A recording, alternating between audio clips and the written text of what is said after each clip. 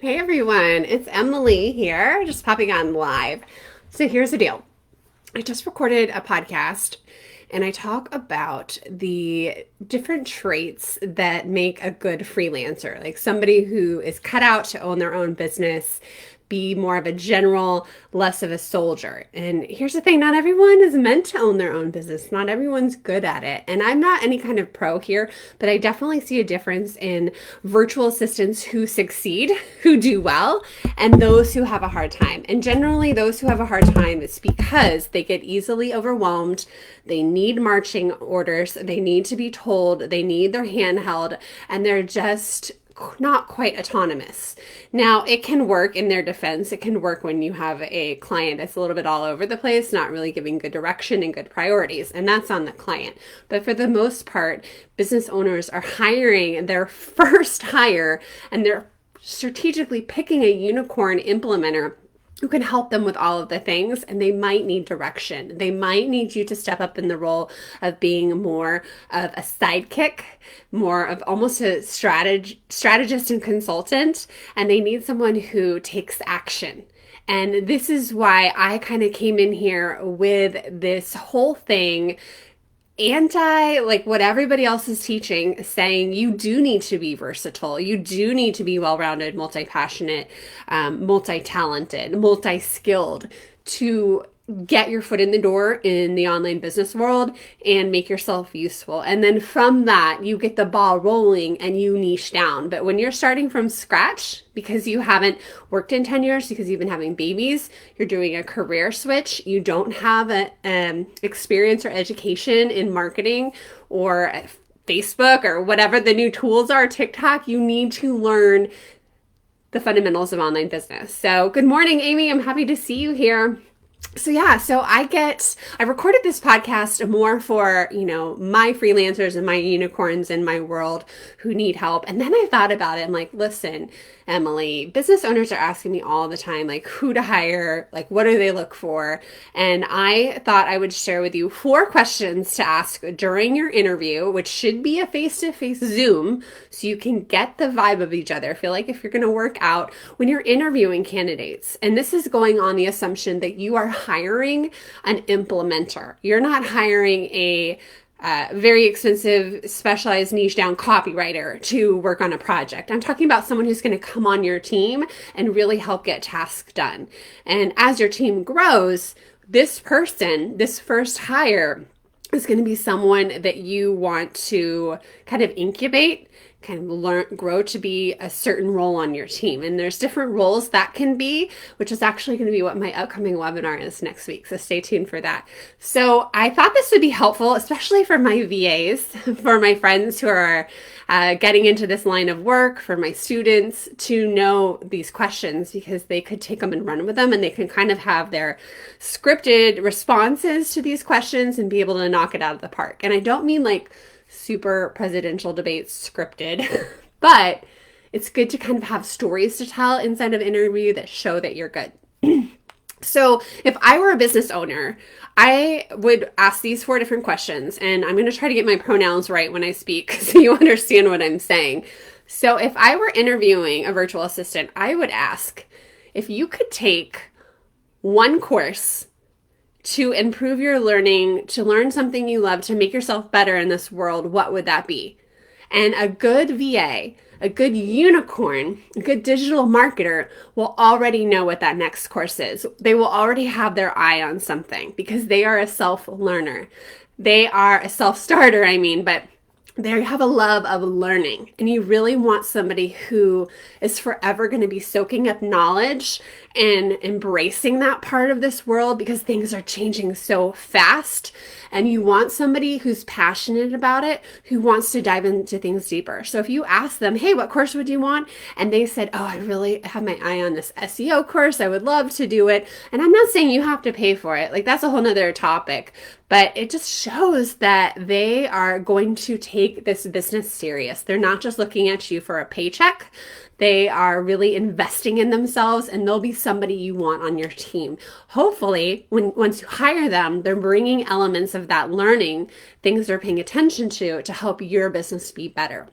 So definitely ask what course would they take if they could? Or it could be a membership, but I know a lot of my VAs inside my training program, they are already eyeing and buying the next courses. Like they're going on to other things, and it makes me so happy because I know I'm not a one-stop shop. I know there's so many different avenues that they could continue to learn. So the second question I would ask a implementer that you're hiring for a virtual assistant position is what kind of client do you work best with? And this is where you want to get really candid and real and find out if you guys are a good fit. And hopefully, the virtual assistant that you're interviewing has experience and already knows, at least in the grand scheme of the world and their past jobs, who they work well with and who they don't. And even better, if they have had experience, they know what doesn't work. And that couldn't be more vague, could it? But they already know. They've already had these relationships and they already see what's working and gelling when it comes to digital marketing. Let me explain. There can be clients who, when I'm interviewing them, like I get so excited about helping them. And when I get in the back end of their business, I don't care if it's a mess. That doesn't bother me. But what things that make it hard for me to work with them is if they don't respect my time. They cancel meetings all the time. If I set up meetings for them, they're canceling it, so I look bad. If I'm setting up magazine interviews with them or sponsorships with them and they cancel and don't follow through, like that doesn't look good. So I don't want to work with clients who are flaky. I don't want to work with clients who don't get me deliverables, who are incapable of doing the work themselves. So kind of flushing some of that out. I'm being a little bit negative on the virtual side, but I've learned that over the years. I need a client who will put effort into the work and not just dump it all on me. I want clients who communicate, who like schedules. And I say this on the flip side because there can be virtual assistants who have a real hard time working with the hot mess clients who aren't organized. Like it drives them crazy with anxiety. And especially like people who are, you don't always find out if somebody's like rude until you really get working with them. So I don't really mean to go in that direction, but kind of know what you work well with. If you're super OCD in a good type A way where you're super organized and somebody is way too off on the other spectrum, like you guys are not going to be a good fit. So that's just one example, but it also is a secret way to ask if they have experience. And I am a true believer in, and so many people post jobs and they're like, well, they don't have experience. I'm like, are you paying $75 an hour? Because you're not going to find somebody with tons of experience unless you pay for it, right? But it's okay to start with people who are newer.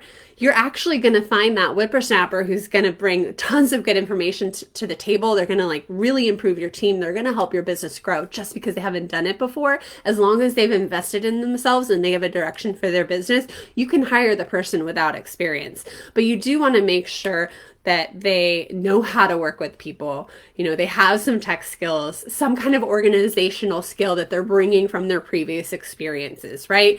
You probably don't want to hire somebody who's 17 who's like none of it, right?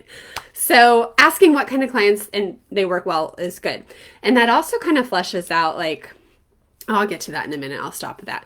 Okay, the third question I like to ask is, what's something they're most proud of? Like, what's been their favorite work that they've done? And what are they most proud of? And, you know, you can kind of piggyback off that, like kind of situations where they work best, but you're really trying to find somebody who is, again, passionate about it, but you kind of want to get that story out of them of some project they completed. Hopefully, you know, not in entirety, but just something they were really proud of that worked well. And if you were a VA, answer this question with showing how you were able to kind of make something from nothing, like bring your character traits to the table. Like you're dependable, you're honest, you're fast, you are creative. Like all of these little things can be given in this type of story. And if you're a VA and you're listening to this, like try to weasel this story into the conversation somehow. So if I were to ask a VA with that and they're just like, meh, I don't know, or somebody who hasn't been a VA, they should have some kind of story from their past that they did. Maybe it was the fact that they took managerial accounting, and it was kicking their butt, and they had a C. And then by the end of the course, they were so determined to not fail at this course that they turned it around, even though their TA was a bozo, and got an A. Okay, that's my own personal story, but I'm proud of that moment. I knew nothing about accounting. I had no one helping me, and I turned the ship around using my brain. Like, that's a good, proud story. And that shows you a lot what you need to know about your candidate.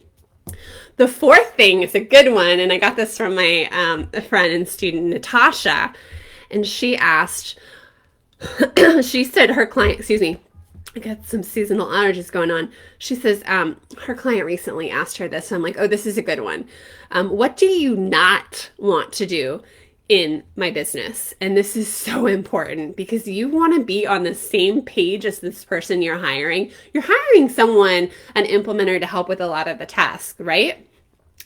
But you need to know, like, where are they, like, weak at? What are things they hate doing? Because you don't want to be giving them secretly, like, oh, I had all of this stuff planned for you that I didn't want to do that you hate. You just want to be on the same wavelength, and you want to make sure they're staying in their wheelhouse. Like, maybe like 80% of the tasks are in their wheelhouse when they first start. And then you can always work toward hiring to their weakness down the road. So I got to a point in my business where I just don't want to do social media. I don't want to do it. I got burnout. I was posting 6 times a day for a client for a year.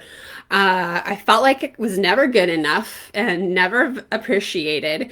And it just wasn't something I loved. I love it for my own business. I love posting for my own business. So if a client was like, what do you not want to do?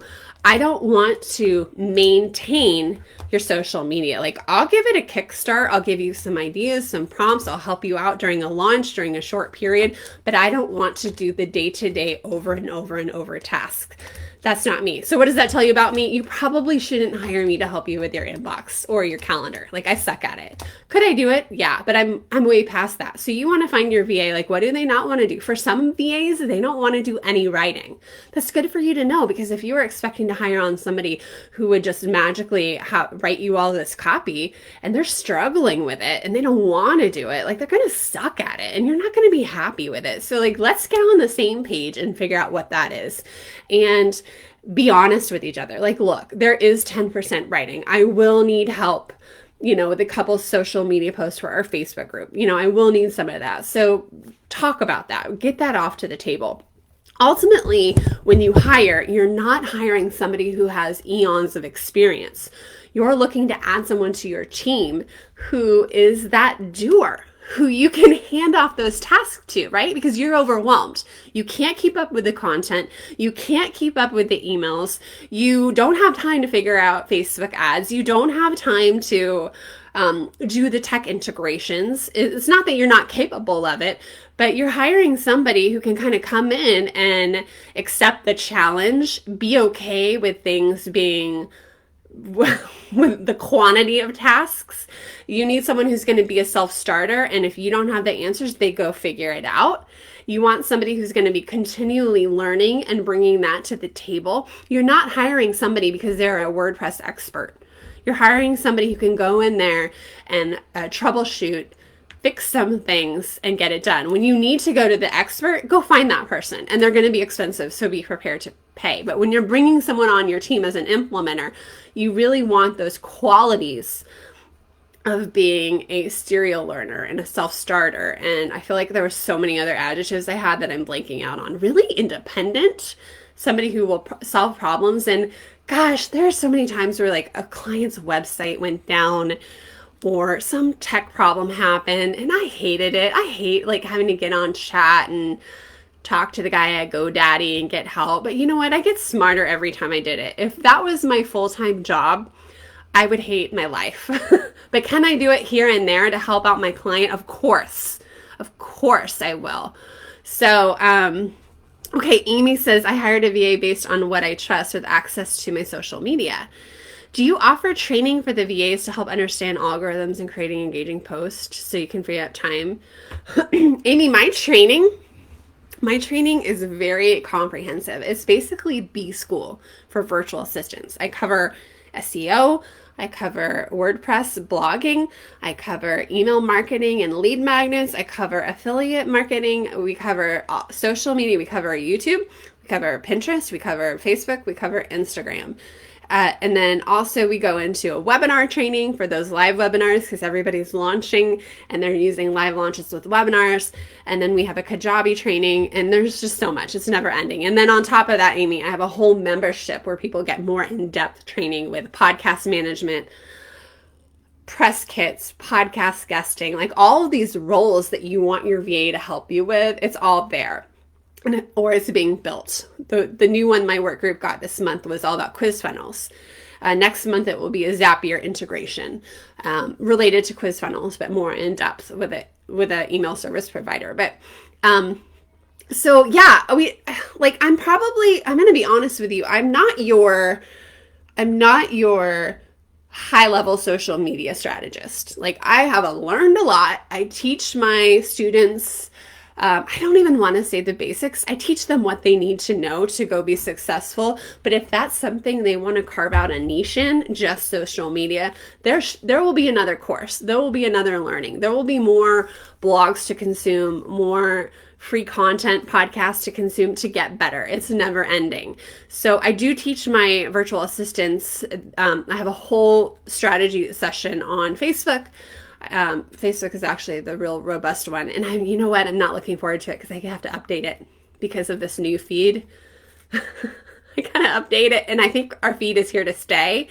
So that's going to be in the works. Pinterest has a new feed, so I have to update that. Like, this is the downside of having such a robust course. But we'll get to it, right? So, so yes and no. I give virtual assistants like a good baseline for everything happening in the digital marketing world, from all of the revenue streams business owners are trying to do, from passive income to building sales funnels to how social media works into the equation. So if your VA if they're lacking at social media, I would actually like to talk to you more and figure out what you would need more of. It. Social media is a hard one because I think business owners will hire somebody and it's almost never as good as when the business owner just did it themselves, unless you're paying out the wazoo for a high level strategist to do the work. I feel like all of the posts that do the best are the ones that come from my own client's heart. And then I would help try to fill in, no matter what I tried, it was always the heartfelt one that came from the client that did the best. But I kind of also look at it as that principle of you can't be doing all of the tasks all of the time. So I think you have to let some of that go and let your VAs really help with your email list building posts, a lot of your promotional posts, keeping up with making sure, what am I trying to say? The consistency side of it. And then you sprinkle in yourself where you need it. You show up for the lives when you need it. You start doing the front stage of your business and have that VA helping with the back side. Or at least if you write it, have them schedule it and do the hashtag research and do that. Or you give them the bones of your heartfelt message, and they should eventually know your voice enough to be able to do it. Anyway. So Tracy says, yes, this is the key to doing what I love with my clients. Yeah, you got to stay in your desired, Michael Hyatt calls it his desired zone.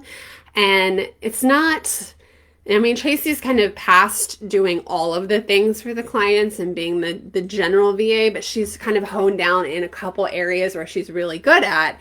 And knowing what her area is and not trying to give her work way over here that's completely different. And being aware of that in the interview process. And hopefully your virtual assistant is kind of having some self-awareness with what they're good at, what they're not at, and being honest about it. That's part of the interview process. Can we have a real conversation about this? And, do I trust you? And how do you show up? How do you present yourself? Do you represent my company well? So I'll cover that again. The 4 questions I would ask. 1, if you could take a course, what would that be? 2, what kind of client do you work best with? 3, what project are you most proud of? 4, what do you not want to do? What do you not want to do as far as work goes? I had to kind of move my thing over. Again, you're looking for the self-starter, the forever learner, the person who loves challenges, who loves tech, who loves all of that stuff. Basically looking for a unicorn, right? All right. If you're watching this and you want in on the Digital Media VA Crash Course, my webinar is opening up next week. I'll be sending out emails about the webinar. It's going to be called it is called How to Specialize Online. There are 5 in-demand areas, 5 in-demand skill sets that freelancers could niche down in so they can charge more and work with better clients. Because at some point you don't want to be doing all of the things for your client. Eventually you're going to find your scope. You're going to find the area that you work best in. And that is going to be kicking off. Our first webinar is October 19th. And then of course that kicks off the crash course. Like, let's be transparent here. The webinars, the live launches are webinars that lead into a course. You still learn a ton from webinars. I've attended a ton of webinars myself, masterclasses and whatnot, and you can always get like good golden nuggets from there, good learning. So I'll be posting that later, but if you know you're in for the crash course, just go to vacrashcourse.com and you can sign up.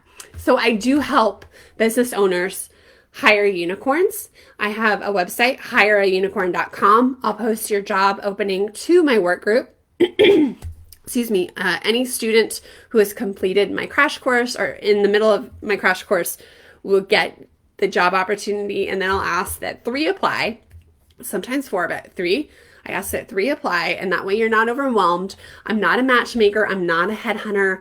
I'm doing this to help you out. It's getting competitive out there. I think yesterday we had like 10 job openings posted to our group. It's crazy. So if you're looking for work, like I got the client leads, come take my course, get up to speed, and I have a ton of clients to help you get started with. But if you are a business owner, I can help you find a unicorn.